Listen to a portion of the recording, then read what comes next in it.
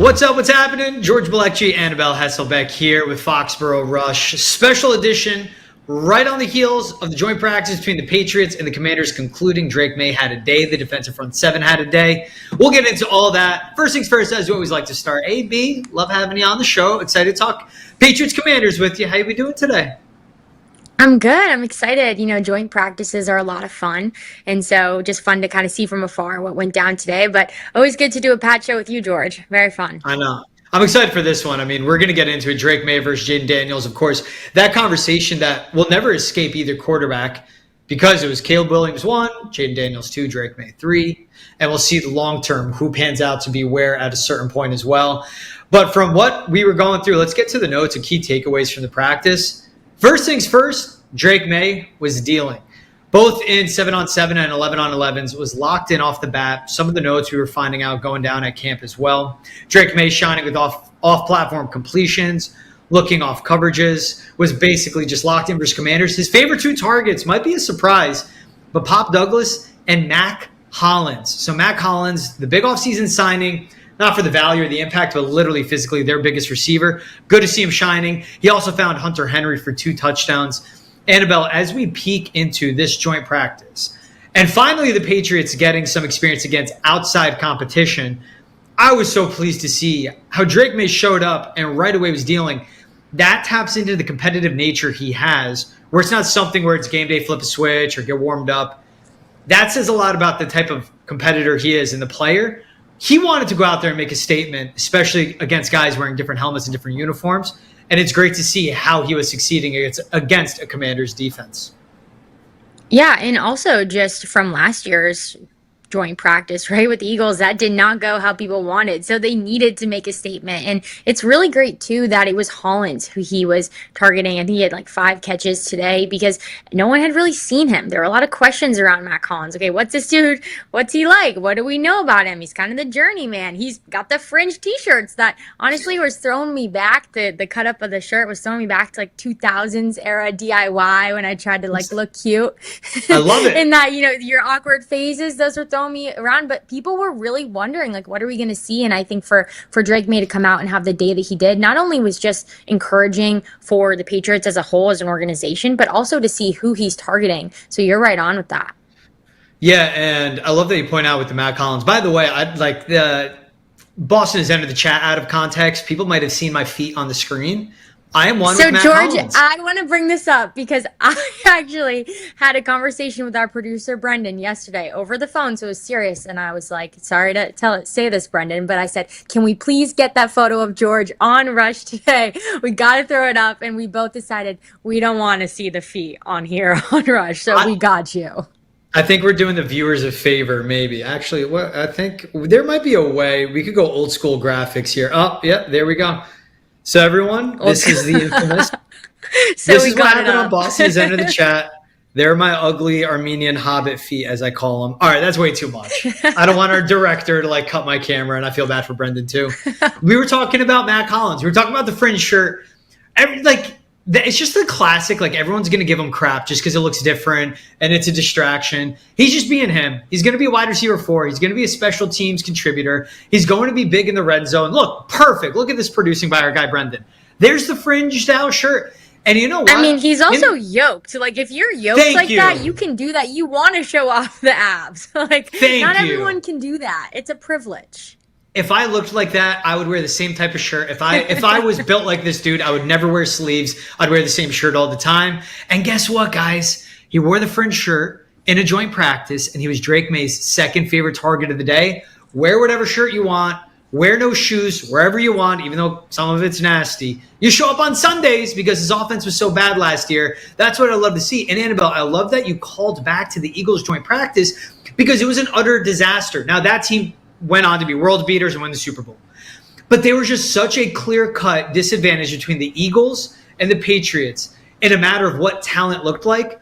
For the Patriots to come out and compete with the Commanders, who lost to the Eagles in the NFC Championship game, and this year's Commanders team is not the same as last year, says how far this roster has come. They can hold their own against the upper half of NFL competition, and that's big, Annabelle.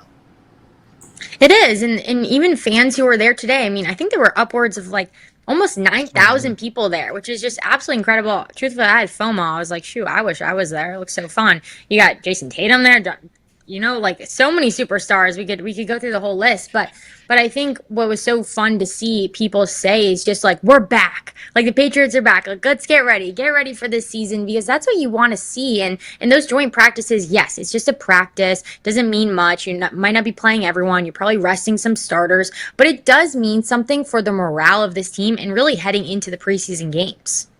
Yeah, and that's what has to be that confidence booster. So a little more from notes from Drake Maye. Had a touchdown to Kayshon Boutte earlier in practice. I mean, that guy continues to shine as a top 3 wide receiver. Pop and Matt Collins, as I said, his favorite targets, clear connection with him and Pop Douglas being on the same page. As for Will Campbell, held his own in one-on-ones, especially against Dietrich Wise, who has really long arms. So that's a matchup that matters against his shorter wingspan, Will Campbell. But also both starting tackles between Will Campbell and Morgan Moses did lose him out of significant reps today too. So that is something to watch for. The D-line looks sharp against the Commanders. Harold Landry with multiple pressures. Christian Barmore overpowering their starting center, Tyler Biadasz, overpowering their guard, Nick Allegretti. And also Christian Barmore shared a 98.5 Zoe Beetle after his interview after practice. He slimmed down this offseason. He's down to 305 pounds, and he said he feels quicker, feels faster. For him being a big guy, he's tall. It's less weight on his knee, so he feels better all around. That's something that's big too. And also, he was, time and time again, in the red zone especially, creating pressures on Jayden Daniels. The front 7 dominated when they had to.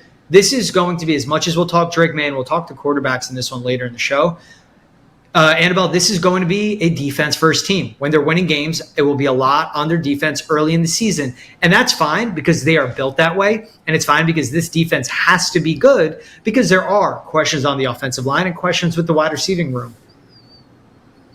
Yeah, and I think that's what we're going to see, though, regardless throughout the beginning of the season, because this defense is going to have probably an easier time and a quicker time coming together as a unit than the offense does. It's just going to take a little more time with that chemistry and also protecting Drake Maye, right? Like, that is a huge job to do, and just seeing today what we heard, having that lot of pressure. But I also love what you mentioned about Christian Barmore and him saying, I lost weight, I'm getting in shape, I'm doing, things that maybe I haven't done in my past career. Because when you bring in free agents and you see the desire of this organization to really elevate their defense and who they're bringing in with all the people, like, you want your guys who have been there to also elevate themselves as well. So it's not just, okay, who are we bringing in to add? It's like the guys who have been here, you are seeing them take a whole new level of seriousness with even just their fitness.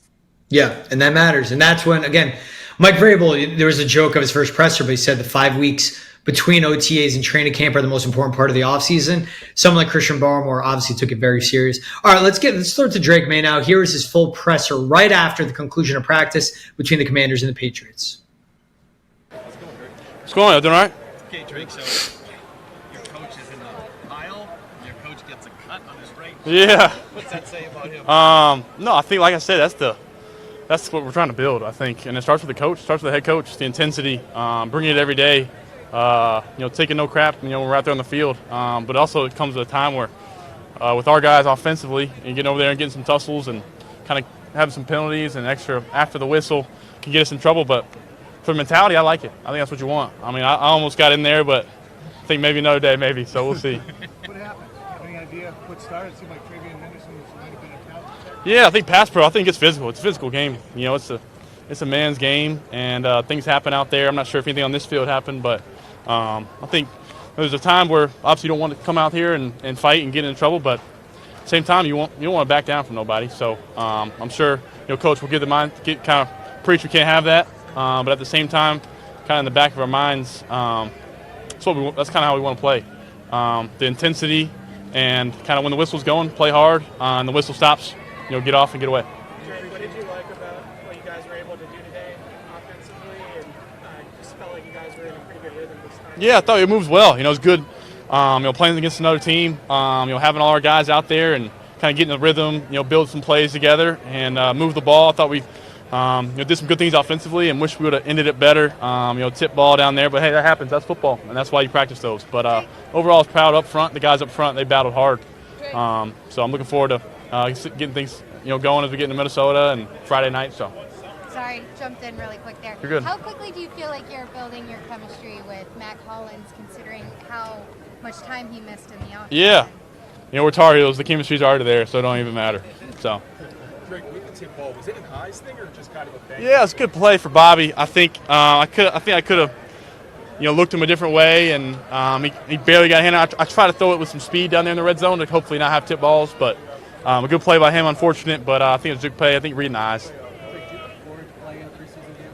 Yeah, I think preseason is a time to go out there and get the jitters, and real life when I'm live, it's different for me being able to get tackled and get hit. So it's good to go out there and kind of feel like live bullets are flying around and kind of not have that the first snap of the season. Did you have jitters, anticipation coming out here today? Yeah, anytime, any practice, any team period really. You get kind of the jitters of wanting to do things right and make good plays, and at the same time it kind of bounces out with the confidence in myself and the confidence in the guys around me. So that's what this what makes the sport special. Do you feel like you'll leave in the field today and say, all right, that went fine? Yeah, it looked like some football out there against a different team, and felt good to kind of get our operation done against somebody else, and we did some no huddle that I thought went well. So it was good for us to learn from it, watch it, and kind of just build off it.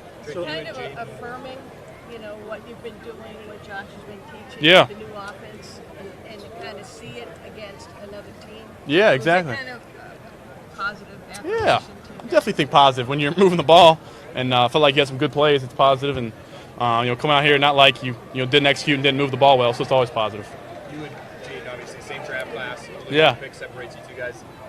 Probably going to be compared for the large part of your careers. No doubt. How much do you put on yourself to sort of keep pace with him and everything he's doing? Yeah, He's had a great year. I saw him out there. Yeah, congratulated him. What a year he had. So I think there's always in the back of your mind, the draft class you came in with, and anytime you play him, especially, it's a little different. But yeah, like you said, I think just trying to worry about myself. But at the end of the day, keep up with those guys. Those guys are him and Caleb and Bo. Those guys are good friends of mine, and they're friends until we play each other. So. Completion after Keyshawn Booty.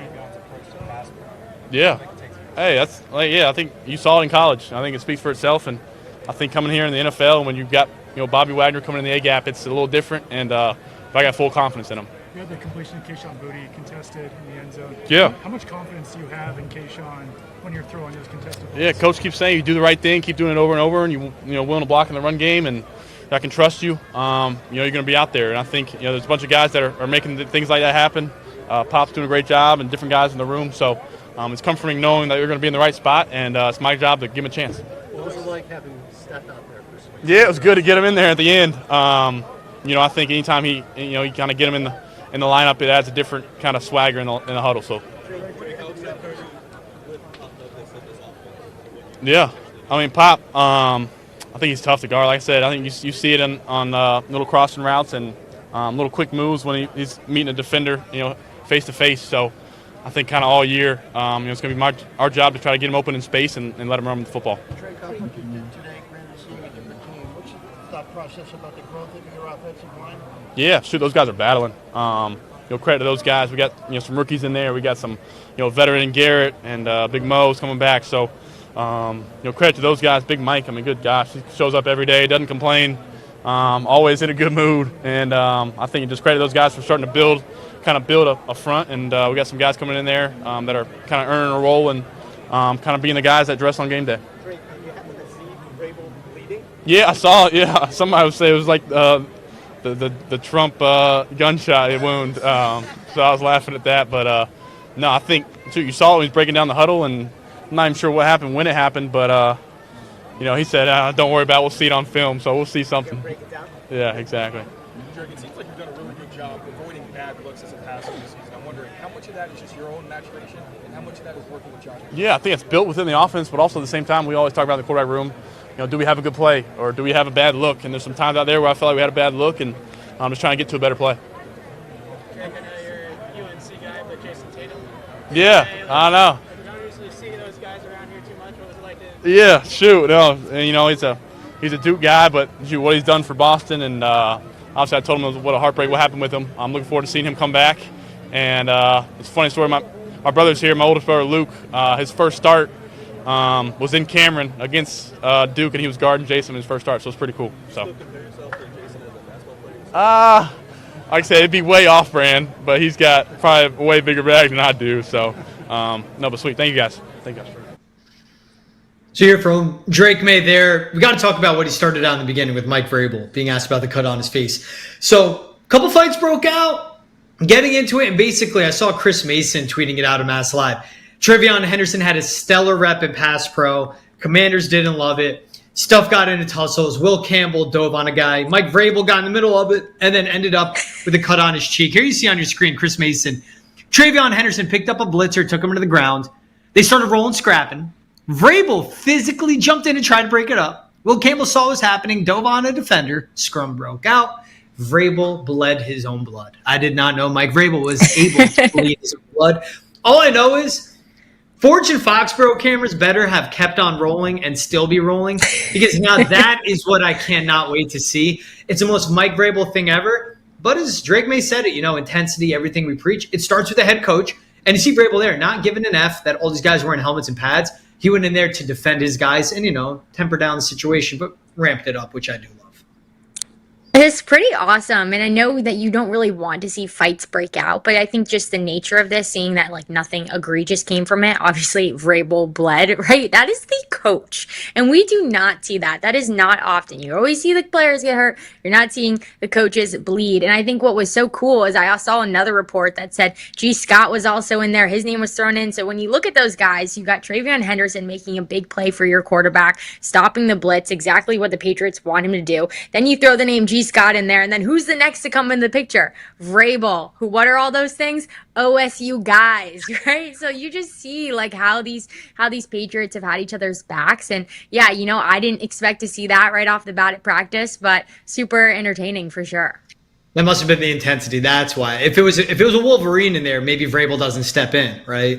Like if it was Mike on well, he's definitely in there, because even Drake Maye, like we just listened to, he said, I was maybe going to get in there. He said maybe another day, but he loves it. He loves the mentality, and I think really when you zoom out, it probably did give something to this team. Mm-hmm. Exactly. It's like the fight brings something to life in hockey. For Drake Maye, though, if I'm Mike Vrabel, I'm fighting my quarterback to the ground to not get in there, because last thing he needs to do is throw a punch. It's also just a difference we get. I'm not talking literally the impact they would have, but Bill Belichick, when he's here, if you're in a fight, you throw a punch, you're thrown out of practice. Because I understand how dumb it is. You're going to punch someone with a helmet on. You're going to break your hand. That is stupid. It didn't sound like that happened. Guys went at it. It's intense. Joint practices. This stuff always happens. But Mike Vrabel being in there to bring the intensity, but also he was trying to break it down. So I do love that on both ends of it all. All right, we'll take a quick break here on Foxborough Rush. When we're back, we'll be talking some Drake Maye, Jayden Daniels, and then later on the show, we'll have plenty more sound from Mike Vrabel and plenty of the players as well.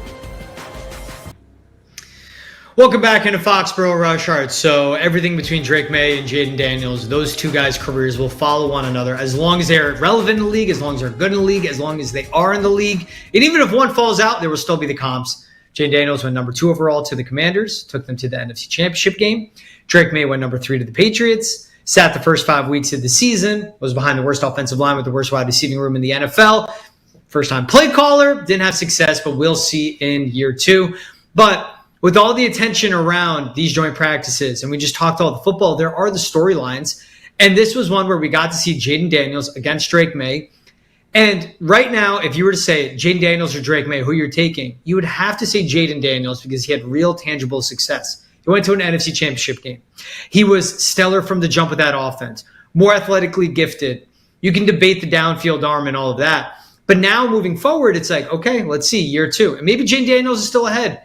Year 4, year 5, we'll see who's there.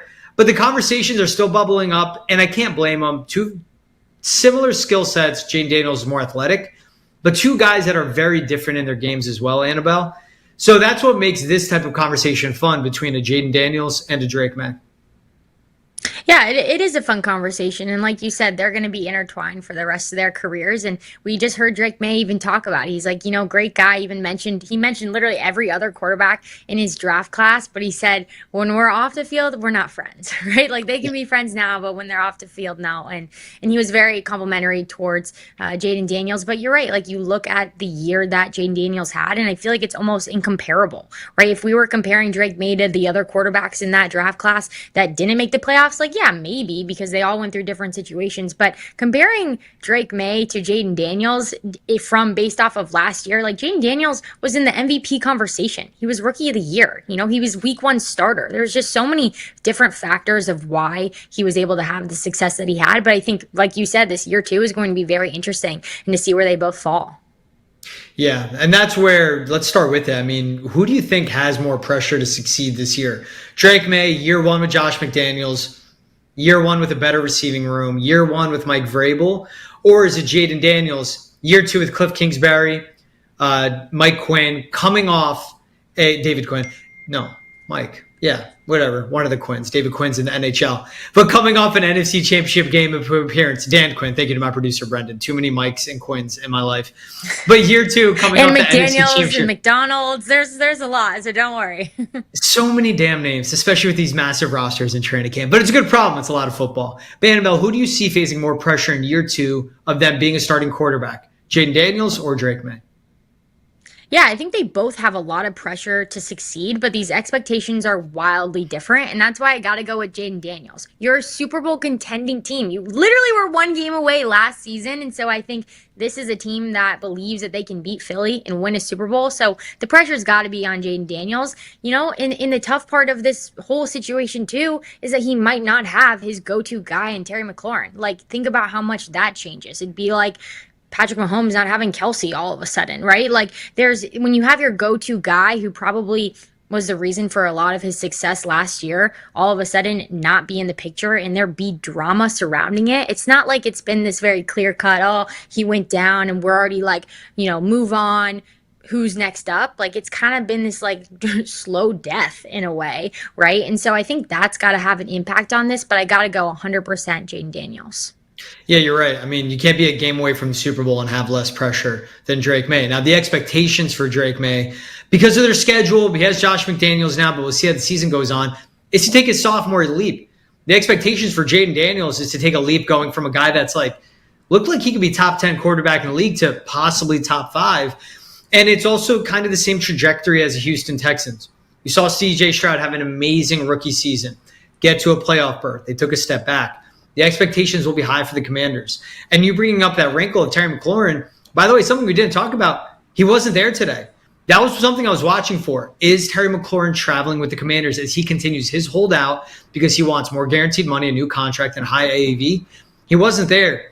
And building that chemistry for year 2, there will be changes to the system and personnel is massive. But for right now, Terry McLaurin is not with the Commanders, and that matters a ton. Drake Maye has the internal pressure being here in Boston and Foxborough and New England. Everyone's thirsting for the Patriots to be good again. But Jayden Daniels nationally, everyone's going to be watching for him. And it is. When you're at the mountaintop, everyone wants to see you fall. When you're climbing up, no one really cares if you take a step back. They don't notice. Drake Maye and the Patriots are climbing up to get to the top of the mountain. Commanders are just about there. Jayden Daniels is going to be facing a lot of pressure, like you said, AB.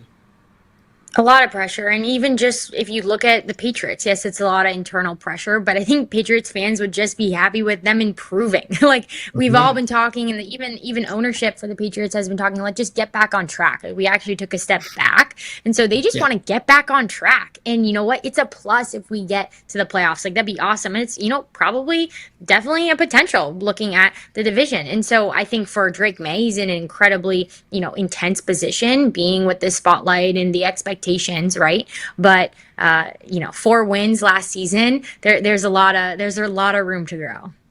Yeah, and that's the way I look at it too. And you point out it's the expectations too. The Commanders have to get back to the playoffs, let alone they need to make noise. For the Patriots, if they make the playoffs, like here in New England, we're like, they can do it. We see the glimpse, we see the potential. But everyone else is expecting them. They've been a 4-win team the last 2 years. If they win 7 games, everyone will be like, oh, the Patriots got better. Drake Maye made a year 2 leap. That's what it's going to be. So we will see. When you think of arm talent, because at the end of the day, it's a quarterback position. They're both very athletic. Jayden Daniels is slippery, such a good scrambler, makes so many guys miss. But when you think of arm talent, who do you think is better? Who would you take in that category, Drake Maye or Jayden Daniels, AB?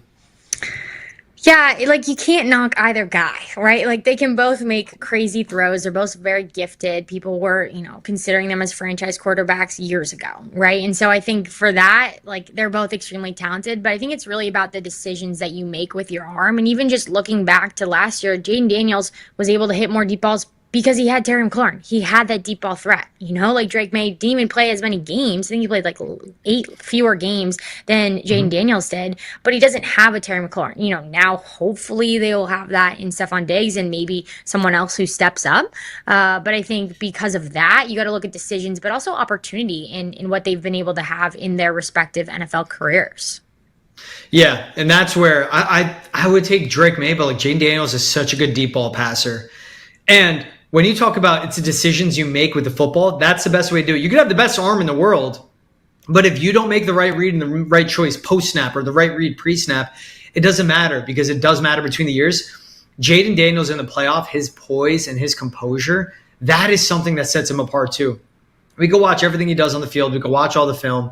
It's his decision-making, and he's really young, played a lot of football in college, but he's still very young to be in the NFL. And the moment was never bigger than him. And that's what you want in quarterbacks. That's what sets a guy like Mahomes apart. Josh Allen, Lamar Jackson, Joe Burrow, Matt Stafford. And we saw it with Jayden Daniels. A moment isn't bigger than them. And that's what puts him up there. We just haven't seen Drake Maye in those high-pressure situations. I would take Drake Maye's arm talent over Jayden Daniels. But again, it's like when we get into these like little aspects of it all. Like I would also take Jayden Daniels' athleticism over Drake Maye. But I think Drake Maye would be a better pure pocket passer. And I do think down the road he becomes a better pro quarterback. But that doesn't mean Jayden Daniels is bad. It's the same of the Brady versus Manning argument, right? It's LeBron versus Jordan, where you have to put one down if you want to elevate the other player. I think they both can be very good. We saw it from Jayden Daniels early. I now love that the ecosystem and the structure that Drake Maye has around him, especially because of Josh McDaniels, will set him up for success. Because you also can't overlook even Jayden Daniels in year 2, both his tackles are good. Josh Connerly, the rookie right tackle out of Oregon. Laramie Tunsil, who they traded for, a left tackle. Tyler Biadasz is a vet out of Wisconsin at center, a guy they brought in last year. While for Drake Maye, it's question marks. It looks like he's going to have a rookie left tackle and left guard and a vet right tackle, Morgan Moses. We'll see if he pans out. That's what matters beyond the decisions they make, or it's more of along with the decisions they make and also their arm talent. It's also the structure around him. I have a lot more confidence in Drake Maye's structure now. We'll see how that benefits him moving forward, AB. Yeah, you would hope so, right? Like that's where they spent all their money and that's what they did in the draft. But I also like what you said about those high pressure moments because when adversity hits, that's really when you tell the character of someone and their leadership and how they're able to handle pressure. And what do we see from Jayden Daniels? He's got it. Like literally he's cool as a cucumber is what everyone was saying last year. Even in his post-game interviews, I know all these reporters are like trying to crack him. Like, how are you so chill? Like literally they were asking him like, how are you so calm in this moment? But that's just his persona and his poise. And like you said, it comes with time and he played a lot of college football and he has that experience. And I think that will come with Drake Maye and his, coming into the season, knowing that you're the starter through OTAs, through minicamp, through training camp into week 1. But also I think we've seen glimpses of him being under that pressure before, right? Like there was this overwhelming dark cloud over the Patriots of when is Drake Maye going to play? When is Drake Maye going to play?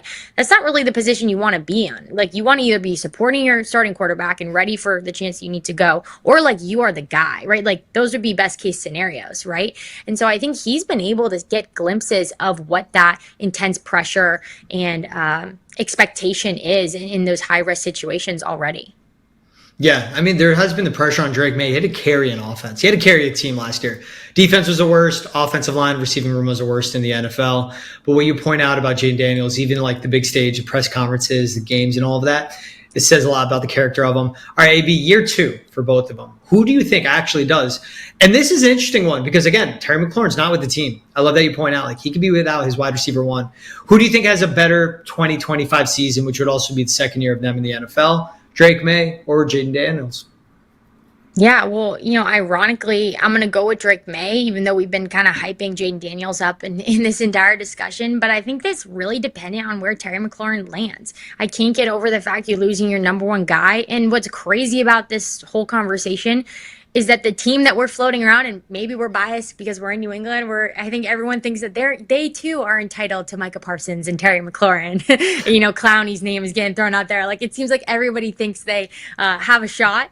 But really here in New England is what we're hearing. Like, we might have Terry McLaurin in New England, in Foxborough with Drake Maye and the Patriots. And so I think when you look at that, like, who will be better in year 2, I'm going to go with Drake Maye because of the potential opportunity there is and really the unknown with Jayden Daniels and what that offense is going to look like. Yeah, I'm going to go with Drake Maye too. I like Josh McDaniels being here. Travion Henderson was stellar in today's joint practice as well. He was really good yesterday. But being a guy that has a home run hitting ability, whether coming off toss or out of the backfield as a pass catcher, has been big. There isn't the shiny toy that Drake Maye has. Like, his wide receiving room is good, but it's deep. His offensive line is the biggest, most volatile piece of this whole team, just like last year. But if Will Campbell pans out at left tackle, if Morgan Moses is healthy at right tackle, I like Drake Maye's chances. Now, if Terry McLaurin gets a deal done, stays with the Commanders, which I expect him to do, that's going to be huge for him. But I just like Josh McDaniels better as a play caller than Cliff Kingsbury. I do like the offensive structure. Let's say Terry McLaurin can't go. Okay, then it's Deebo Samuel, Noah Brown, KJ Osborne, Jalen Lane, who's a rookie for the pass catchers for the Commanders.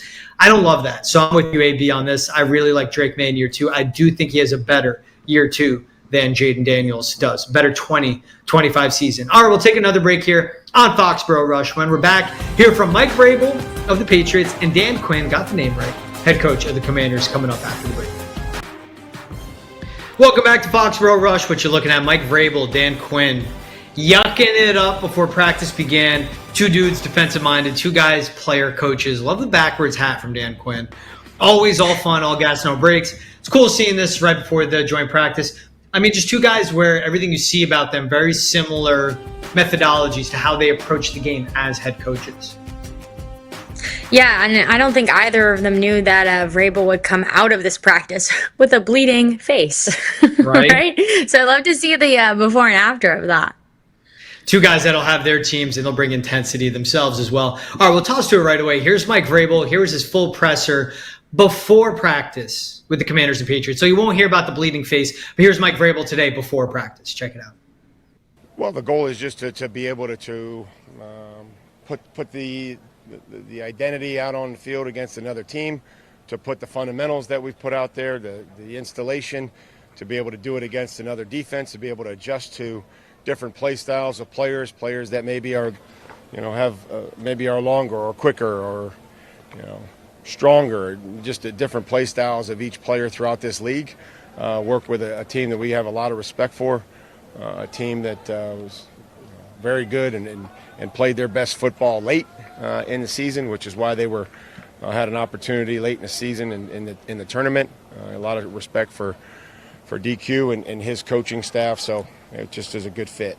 Mike, how do you use today and Friday to get what you want to see?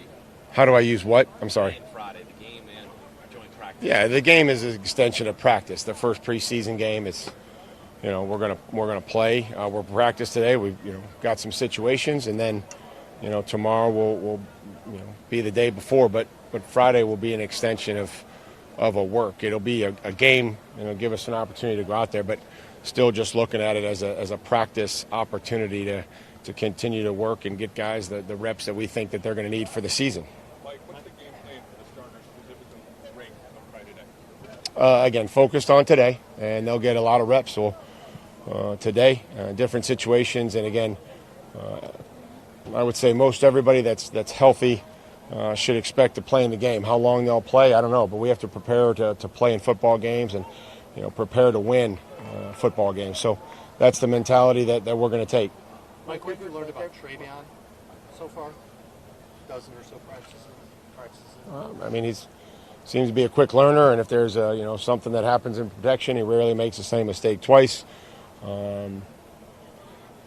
He's a great teammate. You see him playing with effort when he doesn't have the ball in his hand, and he's been able to do some things in the run game, and learns quickly to be able to move him around in different positions offensively. Like with Morgan Moses, you didn't see him out there yesterday, kind of left practice earlier the day before. Is that easing him back in still, or is that something new he's dealing with? Probably a combination of both, and just want to be smart and make sure that everybody's plan is the best one for them to be prepared for the season. So Morgan will do a little bit today, won't do much, and then we'll see where he is at the next opportunity, which would be Friday. You mentioned the respect for DQ. You did it last year, first year with the team. What's the biggest challenge for a coach this first season with a team? Just putting a lot of different people together, figuring out who the core players are, the ones that you want to bring in, the coaching staff, the organizationally, the support staffs, to get it to where you want it and you feel comfortable about it. And that's what he did. He did an excellent job of, and we're hoping to do the same thing. Mike, I've heard some NFL coaches say that they get more out of joint practices than they do in the preseason games. What's your thought process on that? I think that they're important. I think that they may not be live, but I think that there's still great tempo, there's great speed, the competitiveness. But the games are important. The games to go out there and operate and see the penalties and the speed of it and the timing of it, the time with the 2-minute and all those different things, and the tackling and being able to get guys to the ground, being able to break tackles, playing cut blocks and all those things that we don't see in practice. Mike, you guys, obviously your defense gets to see Drake Maye on a daily basis in practice. What kind of maybe different challenge does Jayden Daniels pose? Well, again, we'll have to see what they call and what Cliff calls and what they run, but he talented, makes great decisions, but also very fast. And while he scrambles and he can run with the football, rarely takes a big hit, which is very impressive for any player, especially a quarterback. And he's not the biggest guy, but you just don't see him taking too many hits when he runs.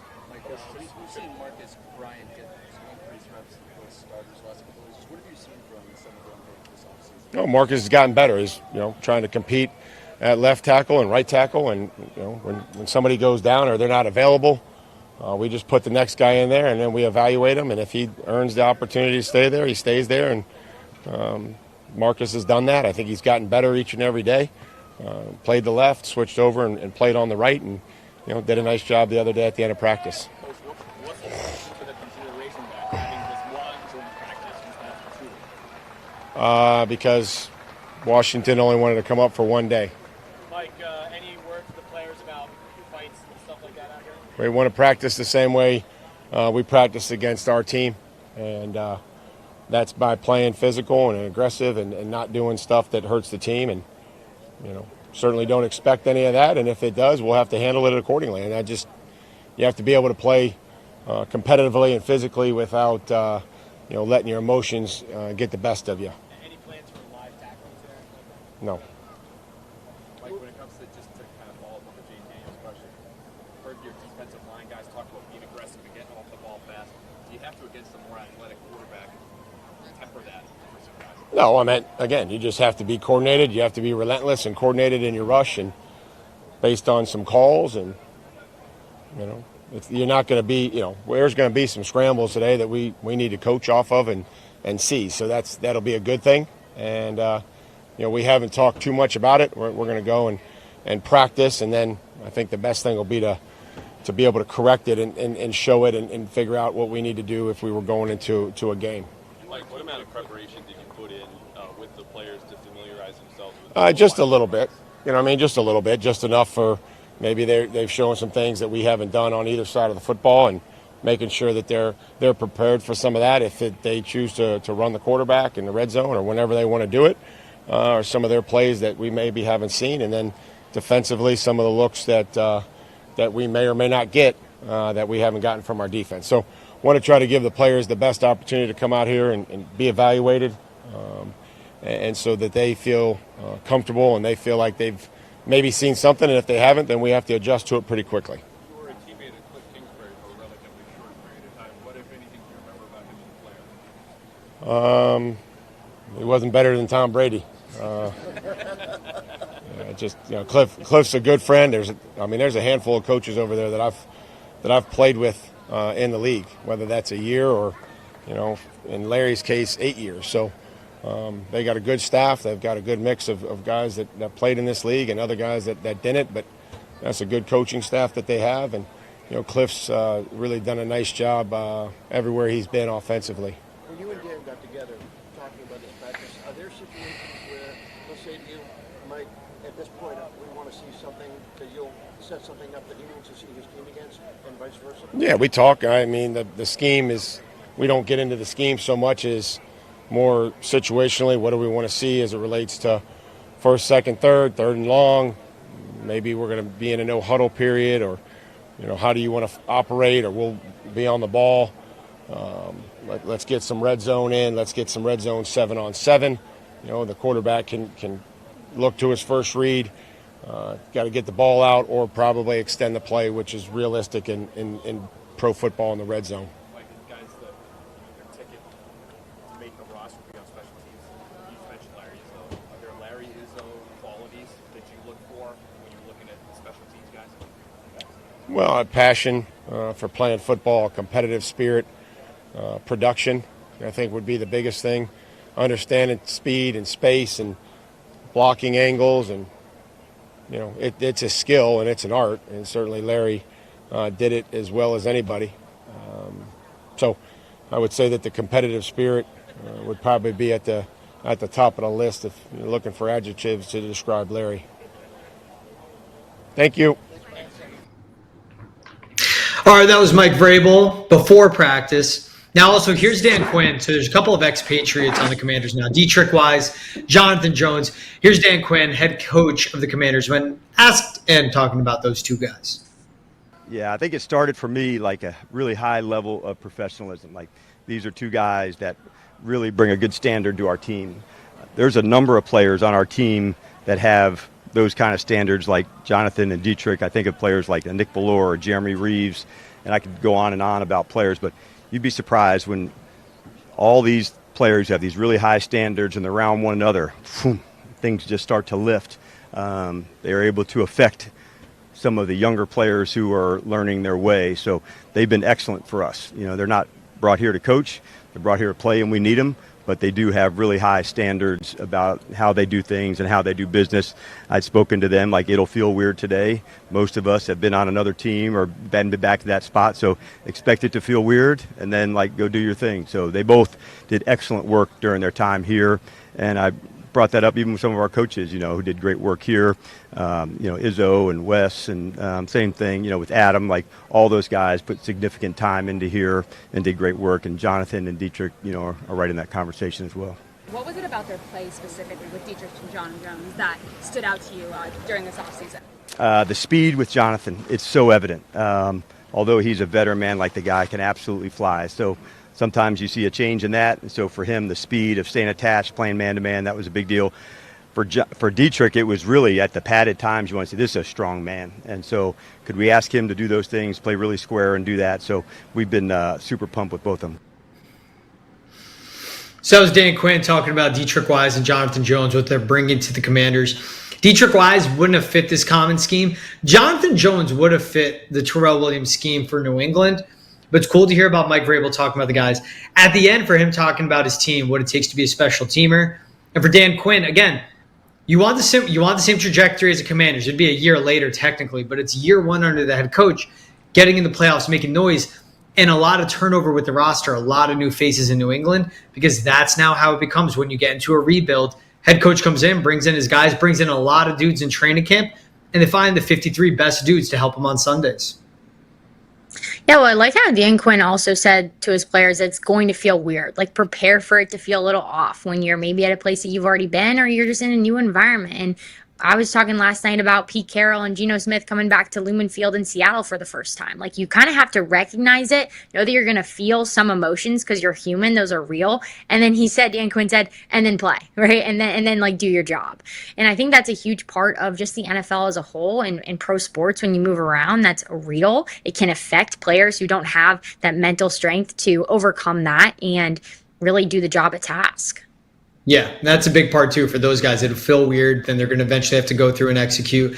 I also liked Mike Vrabel sharing a little bit on when you get with the coach and joint practices, the important part of this too is they know what the other coach wants to gain out of it, right? it's a lot of back and forth between the two teams. Hey, let's get into this situation. Let's go blitz heavy on this. Put the pressure here. Like, I want to give my guy this looks. And the important thing is it's from different competition. So it's also the test for the team going against different competition overall. But two coaches helping one another get better and give their teams exposure to different levels of competition. We'll take another break here on Foxborough Rush when we're back here from DeMario Douglas and Hunter Henry coming up after the break right here on Foxborough Rush. Welcome back to Foxborough Rush. We'll get right into the sound. We're tight on time at the end of the show. Here is Pop Douglas after a really good practice against the Commanders today. Man, I feel good, man. I'm confident, in this team. I believe in this team. We got good coaches, a good team, and everybody bought in. I believe everybody trusts in the process, so I feel like it's going to be good. When Drake was doing an interview, and he just said that you're lining up in the right places, you're running the right routes this year. What do you attest that growth to mentally? Man, getting in that book, man, and, I feel like that drive for me, being tired of losing, that is coming apart, and I feel like a lot of these people on our team, too, tired of losing, too. Some been on the winning team, Super Bowl, but they love winning, and I love winning, too, so I want to get to it. It's like a natural step for you guys today in the process. You talk about different stages of camp. What you guys were able to do out there, did that feel like a good step? Yeah, man, actually went against somebody else instead of, against our own team. It felt good to go against somebody else and just to see how close we are and, how we play together. Is it validating in a way, both, all the work you've been putting in, learning a new offense, and now kind of seeing the fruits of that work? Yeah, yeah, most definitely. I love what's going on right now, and I just pray that we, stay focused and keep going forward. Antonio Gibson mentioned the importance of details with Josh McDaniels' offense. I'm curious, what are some of those details that he harps on that helped you? Because clearly it feels like you're further ahead. Yeah, really knowing your position, knowing what you're supposed to do, and as you learn to do that, man, you got to learn your details, techniques, and fundamentals. And as you do that, I mean, you most likely gonna be open. It's crazy, but it's true. Hey, man, I love that. I love Matt Hollins, man. Ever since he was in the locker room, he couldn't come out, man. I used to talk mess to him, say something to him. Oh, man, you can't be out there right now. And, he come out here and ball, and I love that. And to see his off-season workout is crazy. His off-season workout is crazy. I went to go work out with him today. I ain't never see him again. I'm letting you know that right now. Nah, we did hills. We did 80-yard hills. 80-yard hills, but we did 10 of them. He did 16. Yeah, he's crazy, but hey, he's a dog though. He's gonna push you to work for sure. No, it was rocks on there, but he wanted to, but it was rocks on it, so he had to end up putting on shoes. In Florida, yeah, it was a good workout. You think two more? You think when you turn the film on, the first time you see it'll be the cut? You think it'll be that? You might show. I don't know. We're gonna see though. Hopefully they was recording that long just to see, but it's gonna be funny. Yeah. Annabelle, last time you ran hills? You know what? I was on a run the other day past the hills that I used to run in high school for field hockey training camp, and I thought to myself, should I do it? And then quickly ran right past the hill. So it's been a minute, George. 80-yard hills. That sounds like death. You do one of those, you'd be zapped. 16 times, Matt Collins. We're over earlier in the show. We're talking about his physique. Now we know why, okay? And Pop backed it up. As I was doing my wedding prep, I was like, I should do hill runs. That'll get me ready for, getting in the tux. I never did it. I regret it now. All right, here's Hunter Henry.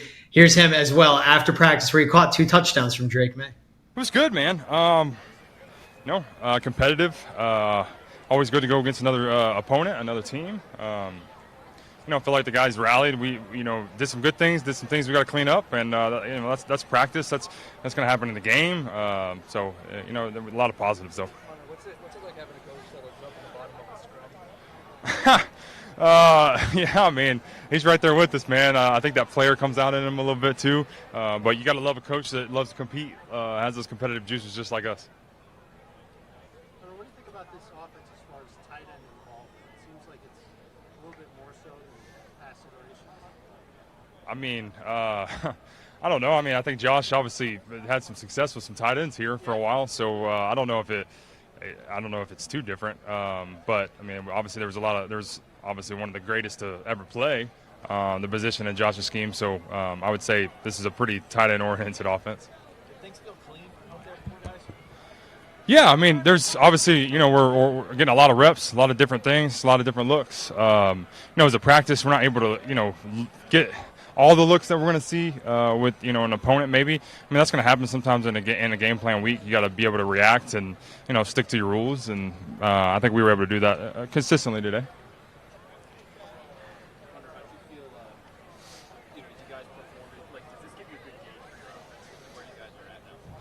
I mean, I don't know, man. I don't know if I could give you a gauge on where we're at, but I feel like we're coming along. We're taking it day by day. I think we're, having good days. We're coming together as a unit, and just trying to continue to get better.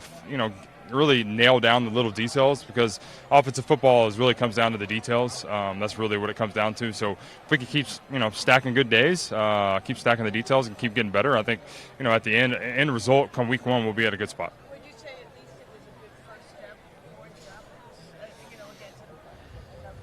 Yeah, sure. You want to say that, Karen? Sorry. Yeah. I mean, I don't know. I mean, it's a joint practice. It's, you can get real excited about it. You can have good joint practices and be like, oh, wow, you're going to be the best team ever. You can have bad joint practices. You might be the worst team. It's just like a game, too, in a way. You're going to have a really good game, a bad game.